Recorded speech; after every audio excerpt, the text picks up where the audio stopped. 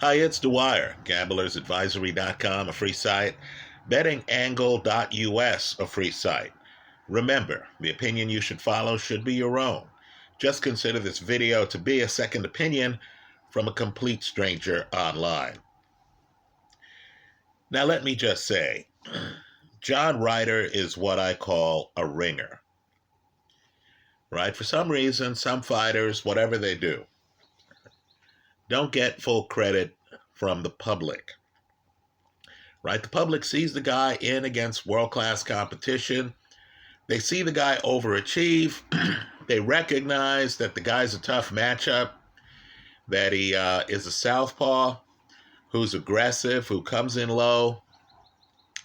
And for some reason, they exclude him when they think about the top tier of the division.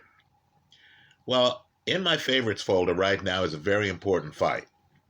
When it happened, I thought John Ryder won the fight. The fight was against a then unbeaten Callum Smith, right? If you're researching Callum Smith against Arthur Beterbiev, you know about this fight. Ryder comes in, gets the much taller Callum Smith to open up. Smith cannot keep Ryder outside. Ryder roughs him up. Ryder continues to throw volume. Ryder leaves nothing to chance. Of course, when the decision comes back, the decision is in Smith's favor, but it's a close fight, right? I personally thought Ryder won that fight. Of course, Ryder would later go on to beat Danny Jacobs.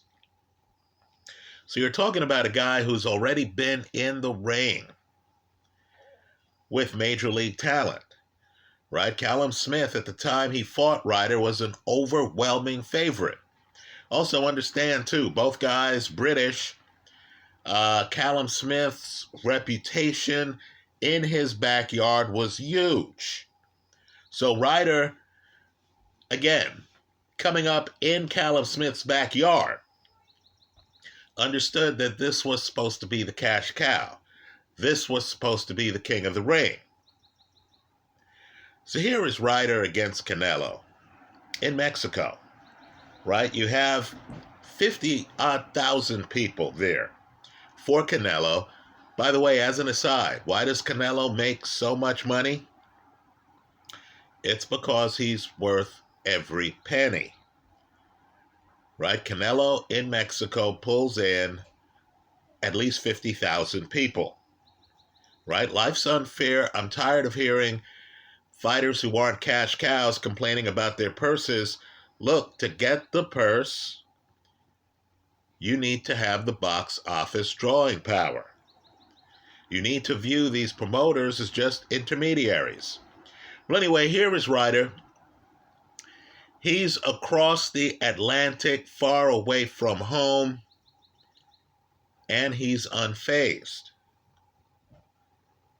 right? He comes in, he gets lower than Canelo, right? Which is an accomplishment because Canelo is a lot smaller than Callum Smith. Ryder gets lower than Canelo. Ryder's not there to run. Ryder is there to duke it out like he always does. Now, the problem Ryder had is that he's fighting a great fighter. What I want to do right here is to draw parallels to another fight that recently happened that was high profile, had a lot of eyeballs watching it. That Ryan Garcia-Gervonta Davis fight, right? You need to get accustomed to me talking about that fight because it's iconic. Well, understand, that fight featured a southpaw, just like this fight did. Gervonta Davis is a southpaw, just like John Ryder is. Right? Depending on which side of the aisle you're on, some people believe that Gervonta Davis is underrated, has underrated boxing skills. In fact, he showed you some of them against Ryan Garcia, right? Getting on his back foot, moving laterally. John Ryder's underrated. Understand, Ryder in this fight gets on his back foot and is moving laterally. Right? Ryan Garcia, great left hook. We talk about it a lot. Just understand that Canelo has one of the, great left hook. We talk about it a lot. Just understand Canelo has one of the dominant left hooks in the entire sport. Right? Look at how he hurts Kovalev right before ending the fight with a straight right. Right? He hits Kovalev with the left hook, and you understood Kovalev was finished. Right? And Kovalev, of course, 175. Right? Just understand, like Ryan Garcia, Canelo has a great left hook. That's where the similarities between the fights ends. Right? Understand, John Ryder's able to get lower than Canelo, but he can't come inside. He can't be aggressive like he was against Callum Smith. Why? Because Canelo knows how to throw power shots, right around the pocket. So you understand, if I dive in the pocket, I might get hit with shots. Understand too, with Canelo, and this is the thing with great fighters, you don't know what he's going to hit you with. Right? You saw Ryan Garcia in his fight go left hook happy. Here you notice Canelo is throwing a lethal straight right hand, and it's short. Right? He's not off balance when he finishes throwing the punch. In fact, the knockdown in the fight is interesting because Canelo is alternating between leading with the power shot and doing a 1-2, hitting Ryder with a jab, then coming across with the power shot. So the knockdown in the fight, the one that's not a trip, is Canelo landing the jab, then coming across with the right hand. Right? Just understand, Canelo with the devastating left hook is showing you other punches. Let's talk about his left hand too. Canelo has this thing now where he comes up with uppercuts to the body with the left hand. In other words, the first knockdown, he leads with a left jab, then comes across with the right hand. Then you notice Canelo is throwing left hands, hard shots, but he's throwing them to Ryder's body. You notice he's convinced Ryder not to crash the pocket, which is something Callum Smith was unable to do over 12 rounds. Right? In part because, of course, Canelo early on breaks Ryder's nose. In other words, Canelo gifted puncher. Canelo well-placed punches. Canelo against Ryder is on his front foot. Right? He's the one pushing the action. Right? So, let's just say this fight then becomes an exercise in John Ryder's survival skills until we get to the later rounds, and then you notice a disturbing trend. Right? Canelo, to me, faded a bit in the Bivol fight, didn't he? Canelo, to me, faded a little bit in the last Golovkin fight. In my opinion, in this fight, Canelo, who's in his 30s, not as old as Ryder, I believe Ryder's 34, Canelo's 32, Canelo faded a little bit in the later rounds. But of course, as in the Golovkin fight, Canelo already had the fight won. I thought the judges' cards were wide. I don't know how you could look at this fight and not feel that Ryder won some rounds, right? One judge had it 120, 107. right? That's the benefit of fighting in your backyard, right? The favorite is going to get perhaps more rounds than they deserve. But make no mistake, I thought Canelo had the fight in hand with 3 rounds to go, right? Ryder hits the canvas twice. The second one, he does trip, but understand he gets hit with a shot. The reason he trips is because he just got hit with a shot and then trips over the feet, right? Had the feet not been there, Ryder would have been in trouble off the shot he got hit with because, as you know, Canelo is a closer. So let me tip my hat to Canelo. I am concerned about the stamina, and just to be blunt, when you're 32 and you're fighting at 168, like Canelo is, right, and your body starts to slow down, then in golf parlance, you're on the back 9. Right? This is not the heavyweight division where I could look at a 39-year-old or a 40-year-old. I could look at Zhilei Zhang. I could look at Luis Ortiz, and I can say these guys are still very competitive. Right? The bottom line is, while I still think Canelo, over at least the first 9 rounds, is still Canelo. And while I recognize that he is among the very best in the sport, certainly much more advanced than Ryan Garcia, right? And while I realize Canelo even has more to his game than he showed in this fight, right? Here he makes sure Ryder never picks up momentum on his front foot, right? Canelo's going to be on his front foot. He knows who he's dealing with. But against a different fighter, look at the Danny Jacobs film. In fact, if you go to Gambler's Advisory right now, I have a little video up there of a sequence in the Danny Jacobs fight where Canelo, who's on his front foot for this fight, is on his back foot against Danny Jacobs, and he's flashing a lot of head movement. His head is impossible for Jacobs to find. And you notice, not only does he know how to duck his head, he has his hands up here too. So he's not completely naked. Canelo's a blessed fighter. Canelo can be defensively blessed when he wants to be. Right? Canelo, much more advanced than young guys like Ryan Garcia. But let's not kid ourselves. I want you to look at the 11th and 12th rounds of this fight. Right? Ryder lands some shots, folks. Right? Canelo's right eye, right, lines up with Ryder's left hand.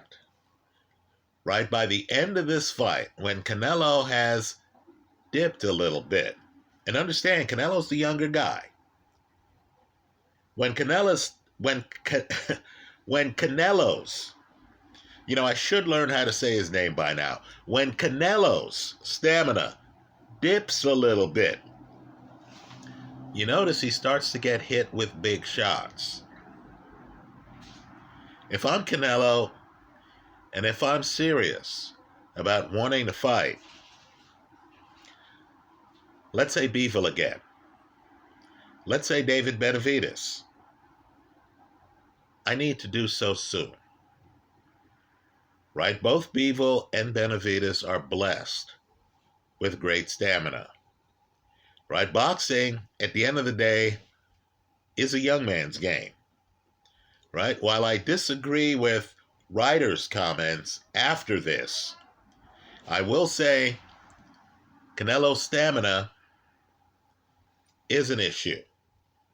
People who have watched Canelo for years know it's always been an issue. Right? That fight against Alfredo Angulo, El Perro. And I know fighting El Perro is draining, right? I know that. But I would say Canelo needed breathers in that fight. Just a few rounds in. Right? Well, now, Canelo was a young man then. Now Canelo is on the other side of 30 by a couple of years. Right? The Canelo who comes out for round 12 here is not the Canelo who came out for round 9. Right? It's important because against the high end, right, the Benavidez level of boxing, an opponent might say, okay, if I can push this to round 8 or 9, especially if I could win at least 3 early rounds, maybe I can then unveil the next level of my game and wear out, perhaps stop a Canelo when his stamina has dropped. Right? Thought Canelo looked masterful, thought he did look tired at the end of this fight.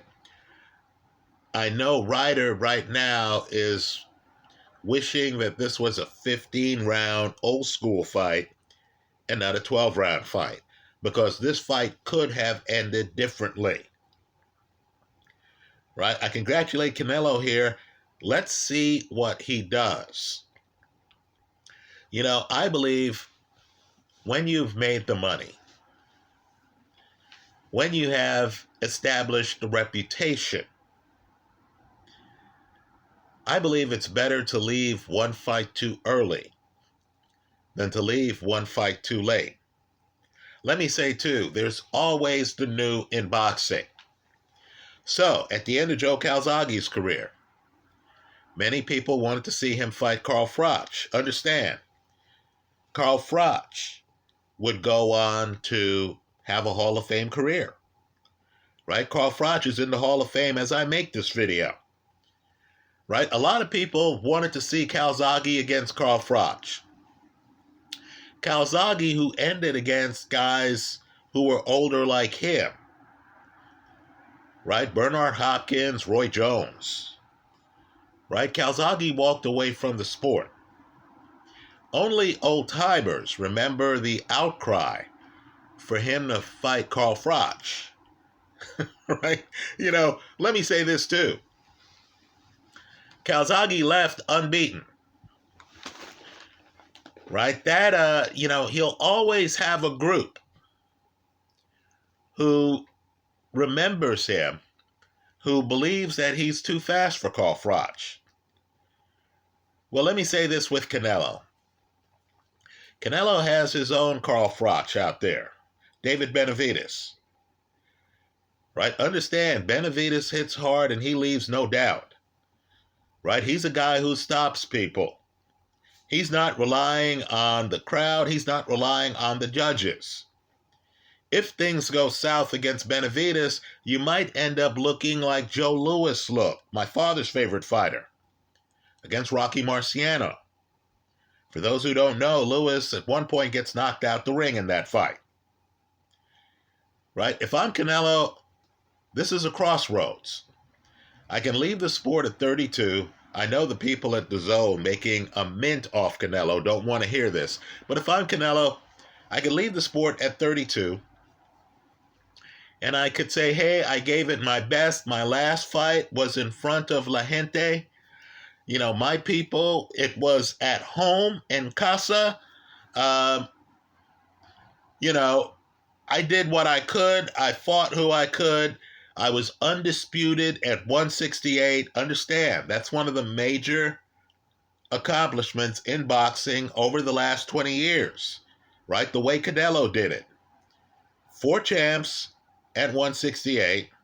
Billy Joe Saunders, unbeaten. Callum Smith, unbeaten. Caleb Plant, unbeaten. And Canelo not only sweeps the 4 fights, Rocky Fielding was the other champion, but while he's sweeping the 4 fights, he jumps up to 175 and beats Kovalev. You'll remember that 20 years from now. Right? Canelo will be a older dignitary in the sport of boxing, let's say like an Oscar De La Hoya. And there'll be fans like me with some gray-haired here who will come up to him and who will remember his heyday, remember those fights. Now he could roll the dice, and he could say, okay, look, I'll take on Benavidez, right? I will say this. That's a dangerous fight, right? I'm telling you, when I was growing up, my dad would literally get off the sofa and would turn off the TV anytime they were showing even clips of Joe Louis against Rocky Marciano. Right? It's dangerous. It's dangerous for a great fighter on a great run to take on that last young lion. Let me say this too, just to understand the way boxing works. There's always a new lion. You can imagine if Canelo fought Benavidez and beat Benavidez. I'm just telling you, in the crowd would be David Morrell. Look up his name. Right? In the crowd might be Jamal Charlo, who's unbeaten as I make this video. Right? In the crowd might be, depending on what happens in his fight against Callum Smith, Arthur Beterbiev, who might say, hey, you fought Bevel. You fought Callum Smith. Player, here I am. How confident are you? Right? So sooner or later, Canelo will have to make a decision. Am I going to leave the game? Am I going to retire from the game? Or is the game going to retire me? Right? Sooner or later, he's going to have to walk away from the table with money on the table. Right? These promoters are always going to step out of the woodwork. They're going to look at a Canelo fight. They're going to see 50,000 people in the stands. And they're going to say, my God, this guy's box office gold. Right? Canelo will be out mowing his lawn or something. Some promoter is going to hop out the limo and say, hey, Canelo, here's a contract with a lot of zeros on it. After some big numbers, come sign, fight this guy, fight that guy. It'll be a sellout. The venue's big, Madison Square Garden, Staples Center, wherever. Right? Wembley. He's going to have to make a decision to leave the sport. I'll just say, and I want to hear from you. Right? The people watching this video want to hear from you. If you're the Canelo of the last few rounds of the Golovkin fight, if you're the Canelo of the last 2 rounds of this fight, and I want you to look hard at Canelo's right eye at the end of this fight. If you're that Canelo, and right now you know you're on top of the world, you understand even your critics have to say, well, yeah, he did win titles in several weight classes, right? He did storm through 168. That's right. He did stop Kovalev, right? Stopped him at 175. That Bivol fight, he did win some rounds early in that fight. And Bivol arguably is the best at 175. No shame in losing to a Bivol. Right? If you're Canelo right now, what's your next move? Right? 32 at 168, folks, is not that young. Let me also point out, too, that the next generation is not only in the building. Some of them, Benavidez, have had belts, have already had championship fight experience. Right? It's a big question Canelo needs to start asking himself. If you leave too early, You're going to have old people years from now come up to you, as I'm sure Joe Calzaghe knows, talking about how they appreciated your career. If you leave too late, you're going to be asked about the guy who beat you on your way out of the sport. That's how I see it. Joe Calzaghe can simply smile when asked about Carl Froch. They never fought. It'd be a different conversation if Carl Froch fought Calzaghe and beat him. Canelo needs to ask himself all those questions right now. Let me say this too. Lennox Lewis, who was the heavyweight champion, he was even more the heavyweight champion than we want to admit, because people who saw the fights know he beat Evander twice, right? That first fight they called a draw. Come on. Right? Lennox Lewis was the man. Lennox Lewis survives. That's the word I'll use. He survives Vitaly Klitschko. Right? He opens a cut on Vitaly. It's a deep cut. Right? He would have been in trouble if he had the referee and the doctor from the Tyson Fury Otto Wallin fight. Right? They would have seen the blood gushing and they would have said, he's okay to continue. Right? The referee, the night of the Vitaly Klitschko fight, and it was a bad cut, stops the fight. Lewis retains his title. Folks, there was big money on the table, as you could imagine. Right? Lennox Lewis, Vitaly Klitschko rematch. Big money. Lennox Lewis retired. Right? We remember Lennox Lewis, and this is a big part of why fighters are fighters. They're interested in how they're remembered. They're interested in their legacies. We remember Lennox Lewis in his last fight, fighting a high-quality opponent. Understand, Vitaly gets the heavyweight title, has it for years. Right? I would argue Vitaly is one of the dominant fighters of the post-Lennox Lewis era. Right? We remember Lennox Lewis fighting Vitaly Klitschko, riding off into sunset after a career that had him fighting people like Mike Tyson, like Evander Holyfield.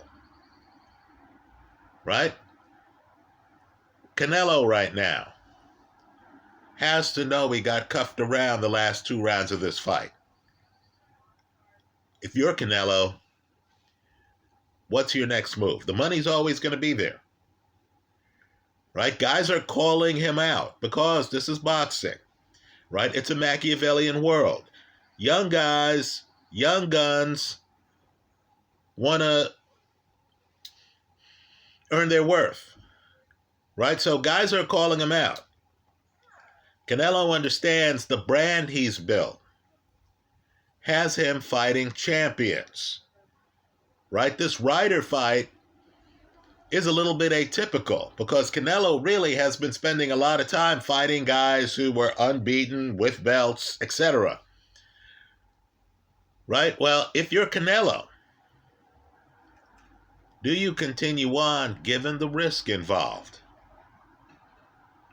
Or do you take a breather? Anthony Joshua the other day said that part of the legacy he wants is to leave the sport healthy. And I don't blame him.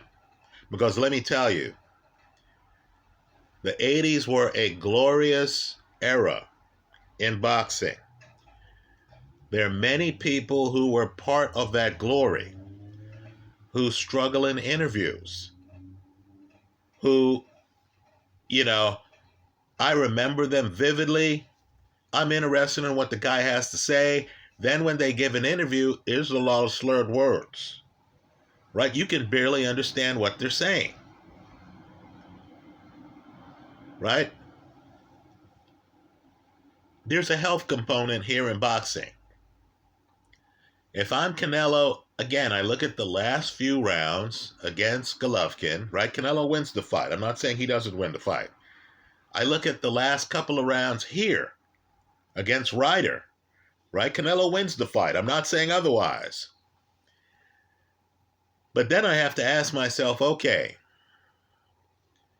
my slowdown in those fights, the fact that Bivol sweeps the last few rounds of my fight there?